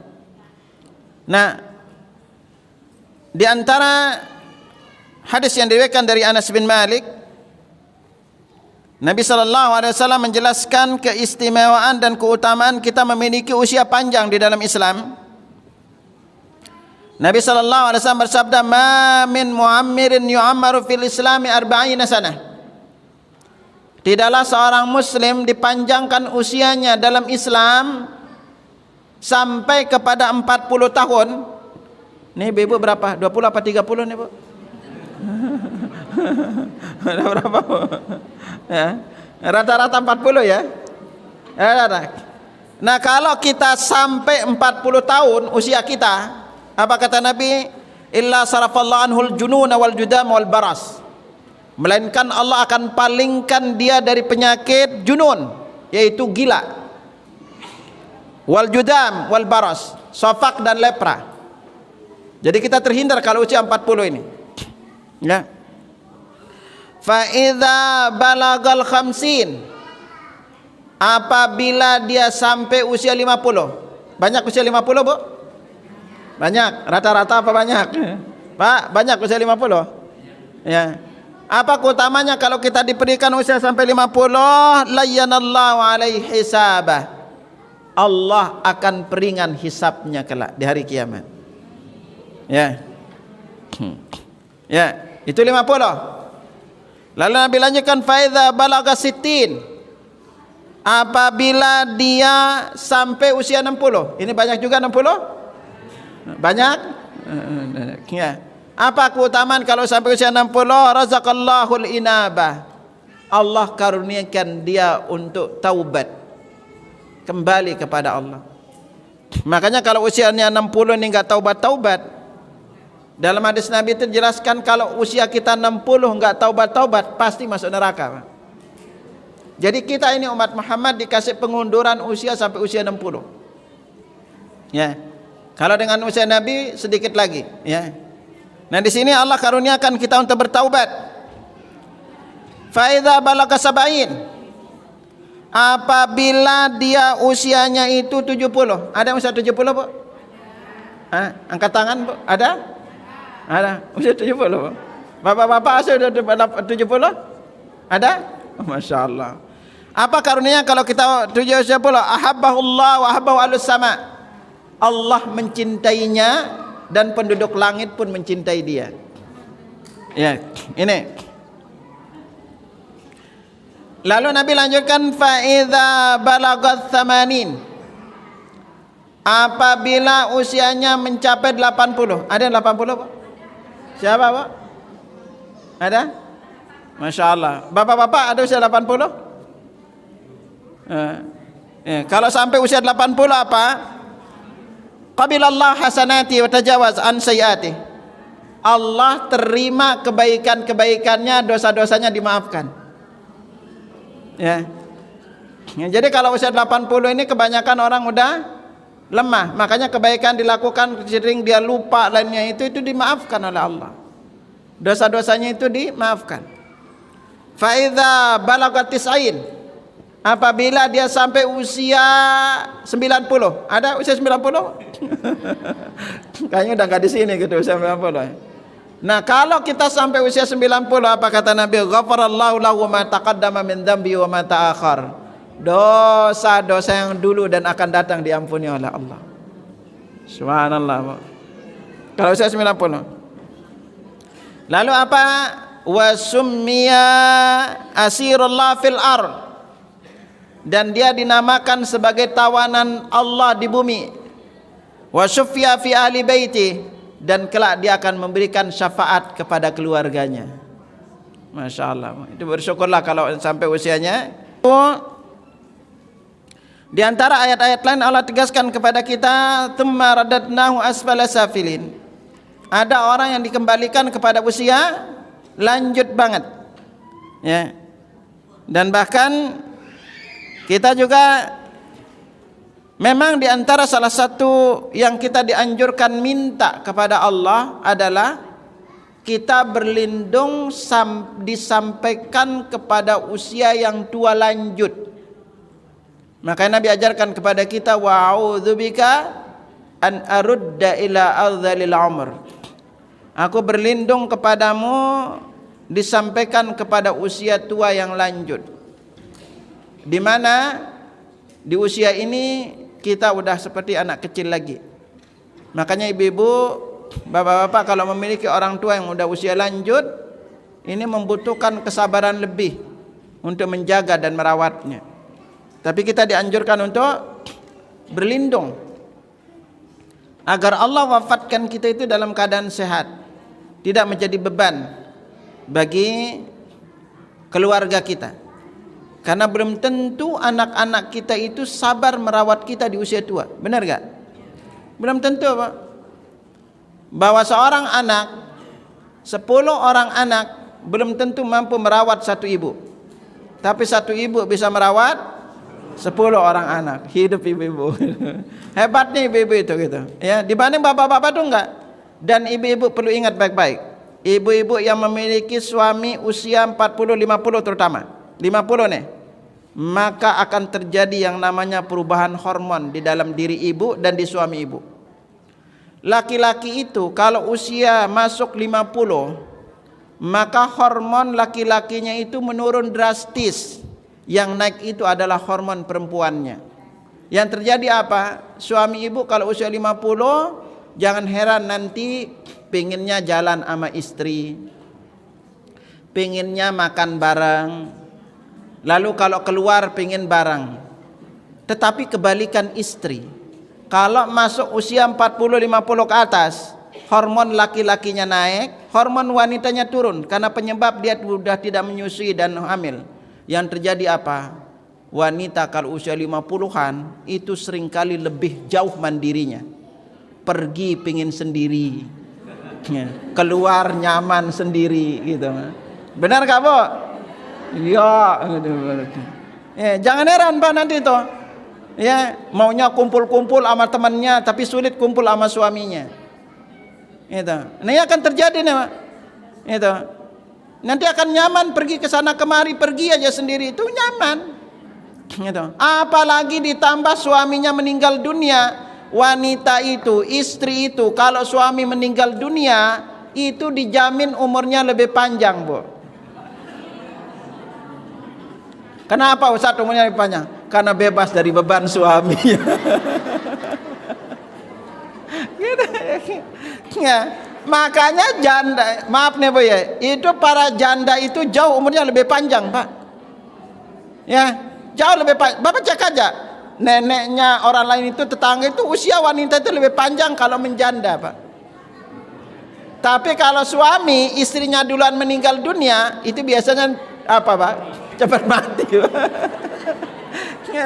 Ya, laki-laki itu kalau istrinya meninggal dunia itu cepat mati, Pak. Makanya bapak-bapak, ibu-ibu nih, kalau suaminya, bapaknya itu, ibunya udah meninggal, istri udah meninggal dunia, saya anjurin mending suruh nikah, Bu. Kalau enggak cepat mati, Pak. Enggak ada yang ngurus, Pak.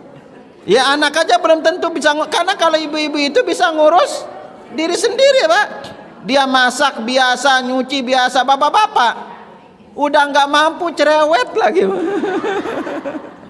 Gitu. Ya makanya bapak-bapak kalau ini kudu sabar, Pak, ya.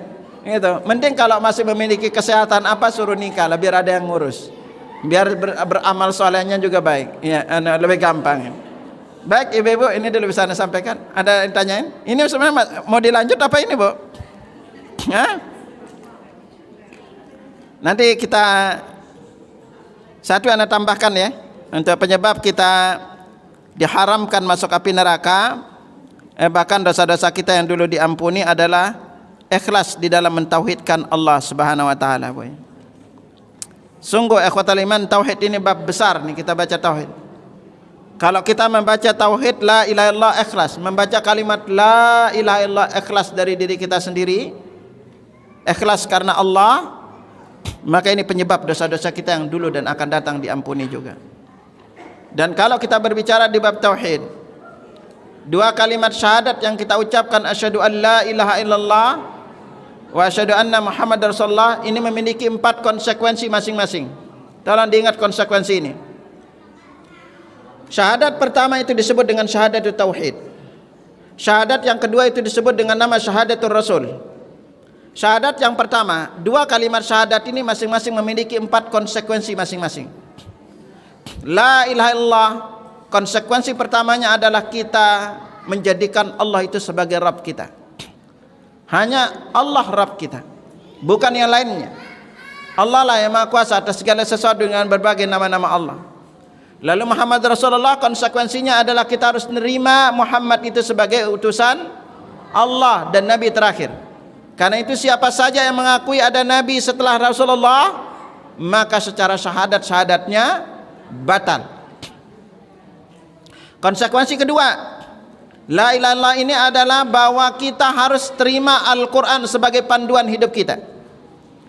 Apapun kata Al-Quran terima, walaupun itu tidak sesuai dengan perasaan kita, karena agama bukan dibangun di atas dasar perasaan. Dan Muhammad Rasulullah, konsekuensi besarnya kita harus terima semua hadis sahih dari Nabi itu sebagai landasan hidup kita. Jadi dua ini ya, Pak, kita harus terima Al-Quran dan Sunnah ini sebagai panduan hidup kita. Apapun kata Al-Quran ibu harus mau diatur, apapun kata hadis harus mau diatur. Jangan berdasarkan kemauan diri sendiri. Kalau Al-Quran mengajarkan ini cara berpakaian, kalau hadis mengajarkan ini cara bermuamalah, berpakaian dan hidup, maka kita harus terimanya. Jangan pernah berkata itu tidak sesuai dengan adat istiadat saya, itu tidak sesuai dengan perasaan saya. Karena kalau ibu sudah mengaku diri sebagai muslim, maka konsekuensinya harus terima dua ini. Konsekuensi yang ketiga adalah la ilaha illallah, konsekuensi terbesarnya adalah apapun amalan kita itu harus ikhlas karena Allah. Apapun amalan yang kita lakukan kalau tidak ikhlas karena Allah, tidak akan Allah terima. Tetapi ternyata ikhlas saja tidak cukup, karena ada syahadat yang kedua, yaitu Muhammad Rasulullah. Apa konsekuensi dari Muhammad Rasulullah ini? Apapun ibadah yang kita lakukan harus sesuai dengan tuntunan Rasulullah SAW. Jadi harus berpadu dua ini, bahwa tidak cukup kita beramal dengan ikhlas saja, tidak cukup kita beramal dengan mencontoh Nabi saja. Salah satu kurang, Allah tidak terima amalnya. Ya, kalau kita udah ikhlas, baru Allah akan terima amal ini adalah ikhlas sesuai dengan tuntunan Rasulullah. Kalau kita ikhlas tapi nggak sesuai dengan tuntunan Rasulullah, Allah tidak terima amal kita. Udah sesuai dengan tuntunan Rasulullah tapi nggak ikhlas juga, Allah tidak terima amal kita. Jadi harus dua-duanya, ikhlas dan mencontoh Rasulullah. Dan yang keempat, konsekuensi kalimat ini la ilaha illallah, lawannya adalah syirik. Karena itu setiap orang yang bertauhid, maka dia harus menjauhkan diri dari segala macam bentuk perbuatan syirik.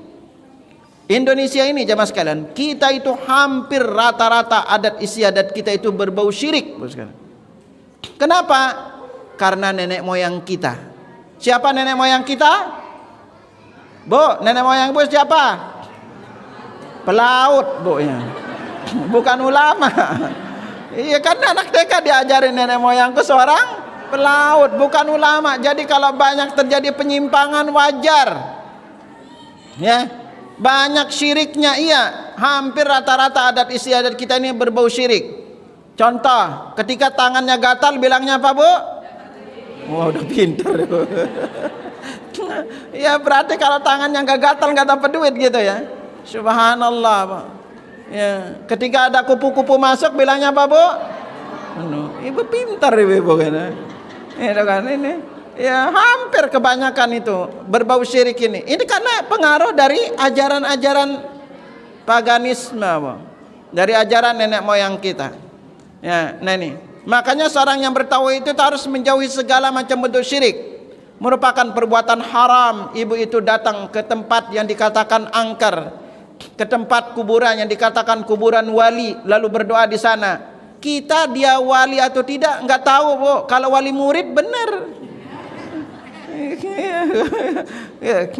Lalu konsekuensi yang kedua dari Muhammad berikutnya, keempat nih, Muhammad Rasulullah, konsekuensi atau lawannya adalah terkait dengan perkara bid'ah. Maka seorang yang benar-benar mencontoh Nabi akan jauhi segala macam bentuk amalan tidak ada contoh dari Rasulullah. Maka dia akan selalu beramal, ada dalilnya enggak? Kada dalilnya dia lakukan, tidak ada dalilnya dia tidak lakukan. Karena Muhammad Rasulullah, kalau amalan yang kita lakukan ini tanpa ada contoh dari Rasulullah, tidak ada dalilnya, maka Allah akan tolak amal kita. Karena Nabi sallallahu alaihi wasallam bersabda, "Man amila amalan laisa alaihi amruna fa huwa raddun." Barang siapa melakukan sebuah amalan tanpa ada tuntunan dari kami, maka amalan itu ditolak. Jangan sampai nanti kita udah capek beramal, jemaah sekalian. Tahu-tahu ternyata kita lihat di dalam catatan amal kita, ini amalan tidak ada contoh dari nabiku. Terus itu. Maka disinilah pentingnya setiap muslim itu untuk berilmu sebelum beramal. Makanya Imam Al-Bukhari dalam awal kitab sahihnya beliau mengatakan al-ilmu qabla al-qawli wal amal. Berilmu sebelum berkata dan berbuat. Wallahu alam bissawab. Ya. Ada yang tanyakan? Ada? Silakan.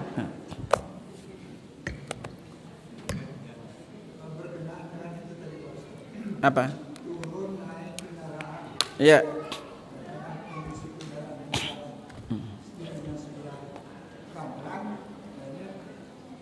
Apa yang harus kita lakukan? Ya. Ya ini yang repot Pak ini ya. Makanya nanti cara paling aman, Bapak jangan langsung masuk, duduk dulu Pak. Duduk dulu. Baru naik. Nanti ketika ibu bapak turun duduk dulu bentar, baru dahulukan yang kiri. Jadi kan kita kebanyakan itu langsung turun Pak. Ini enggak Pak? Kebanyakan kita kalau di depan nih langsung turun. Jadi bapak berputar dulu, ketika turun dahulukan kiri, baru. Karena kalau bapak langsung turun pasti kenanya yang kanan. Ngerti nggak? Iya. Naik itu duduk aja dulu. Ya. Kalau bapak duduk, baru berputar arah. Jadi kalau kita duduk dulu baru berputar arah, itu kita tidak naik namanya, Pak. Bapak duduk dulu cuma berputar arah gitu. Gitu kan. Beda kalau kita yang numpang, kan gampang kan Pak ya. Gitu. Iya. Gitu. Ada lagi? Silakan Pak. Gimana? Hibah. Gibah apa hibah? Udah pakein aja biar kedengaran suaranya, ya. Ya. Terkadang kita tidak lepas dari ngomongin sesuatu Ustaz. Iya. Apalagi mendekati ini Ustaz. Gimana ya Ustaz? Kadang kita sholat, kadang kita gibah, istighfar lagi, itu Ustaz. Iya. Pertama jemaah sekalian, salah satu perkara berat kita di hari kiamat itu adalah perkara ghibah. Kita itu membicarakan orang itu, kalau kita membicarakan dia karena keburukan, karena iri, itu Bapak cuma capek beramal tapi amalnya dikasih ke orang lain. Itu aja perlu diingat tuh. Kita amal kita sudah sedikit tapi kita kasih ke orang lain. Dan selalu ingat orang yang kita omongkan itu belum tentu dia itu lebih buruk dibanding kita. Dan jangan pernah menyangka kita yang mengomongkan orang lain, menyangka kita lebih baik dibanding dia, enggak. Ini harus selalu Bapak sadari. Ya, bagi bapak-bapak yang sering digibahin, sering-sering kasih hadiah ke dia, Bu. Ya. Tulis di sana, alhamdulillah situ udah ngasih saya amal tanpa beramal. Ya. Capek kita, Pak. Itu. Udah lepas, pokoknya ingat belajar memberikan uzur kepada orang lain ketika dia melakukan sebuah kesalahan. Bisa jadi secara syar'i itu dia melakukan itu secara syar'i benar, tapi kita yang melihatnya sekilas seolah-olah tidak sesuai syar'i. Iya benar gitu kan. Gitu, ya. Hati-hatilah dengan ghibah. Dimanapun ibu berada, bapak berada, lepas. Dan kalau ada orang yang menggibah, sampai Allah tegaskan kepada kita, jangan duduk bersama mereka hatta yakhudu fi haditsin ghairi, sampai dia meninggalkan pembicaraan yang lain. Ya, gitu. Ada yang lain, ibu-ibu? Udah? Baik, kalau nggak ada kita cukupkan sampai sini. Ya. Dan sekian ya. Sebagai informasi ke ibu-ibu, sebagai ini informasi yang pertama, ya alhamdulillah kemarin sebelumnya Anda beritahukan kemarin terkait dengan Al-Quran. Alhamdulillah kemarin udah datang 4 kontainer Al-Qurannya ya. 4 kontainer ini tinggal sisa-sisa. Anda nggak nyangka juga seminggu itu sampai habis 3 kontainer kemarin. Ya. Nah bagi jamaah nanti yang kepingin Al-Quran untuk di wakafkan silahkan. Kita cuma infak untuk pengganti operasional hanya 5.000 per Quran. Ya. Nah bagi ibu-ibu juga yang membutuhkan Al-Quran jumbo yang besar, Bu ya. Kalau yang kecil itu kita infak cuma 5.000. Kalau yang jumbo yang besar itu, kalau ngelihat harga Al-Quran Timur Tengah itu yang Saudi itu rata-rata sekitar 40-50 real, Bu. Ya, 40 sampai 50 ya sekitar itu, 100-an sampai 200-an. Di kita Al-Quran kecil, yang gede, ibu-ibu cuma impak 50.000 aja, Bu. Ya, kita ada berapa stok silahkan. Dan yang ketiga, ibu-ibu yang kepingin bersedekah untuk Quran tafsir kepada para ustadz. Karena yang kita dapat itu ada yang tengahnya itu Al-Quran, pinggirannya itu tafsir. Ya, dan ini memang kemarin kami diamanahi untuk kasih kepada para ustadz. Bagi ibu-ibu yang kepingin memberikan kepada para ustadz, karena kalau ustadz itu lebih bermanfaat tafsir ini. Kalau ibu-ibu yang kepingin ikut sedekah, itu kita satu tafsir itu kemarin dimintain infak 15.000, Bu. Jadi ibu-ibu silakan kalau kepingin ustadz, saya punya ustadz ini ibu kasih, atau ibu silakan ngasih daftar nama ustadznya, kita bisa kontak untuk kita kirimkan Al-Qur'annya. Ya. Nah ini ibu cuma bantu infak hanya 15.000 per Quran. Ya. Bagi ibu-ibu juga yang memiliki anak sudah bisa baca Al-Quran, bisa minta Al-Quran yang ada tafsirnya. Ya. Tapi kalau untuk yang Quran standar yang kita bagi itu paling tidak, udah ibu 45.000 aja untuk pengganti Al-Quran, untuk mengganti biaya operasional.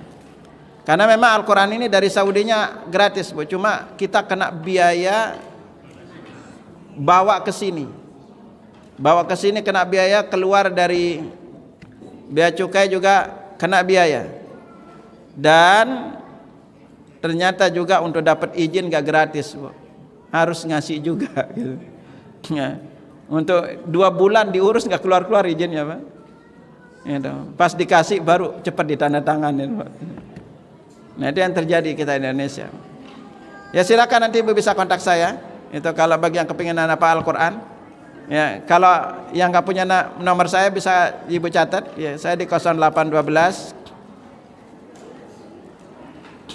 Ini 0812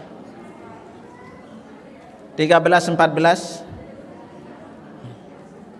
8412 0812 1314 8412. Baik, ini bisa Anda sampaikan. Mohon maaf atas kekurangan. Usikum nafsi bitaqallah. Subhanakallahumma wa bihamdika asyhadu an la ilaha illa anta astaghfiruka wa atubu ilaik. Assalamualaikum warahmatullahi wabarakatuh.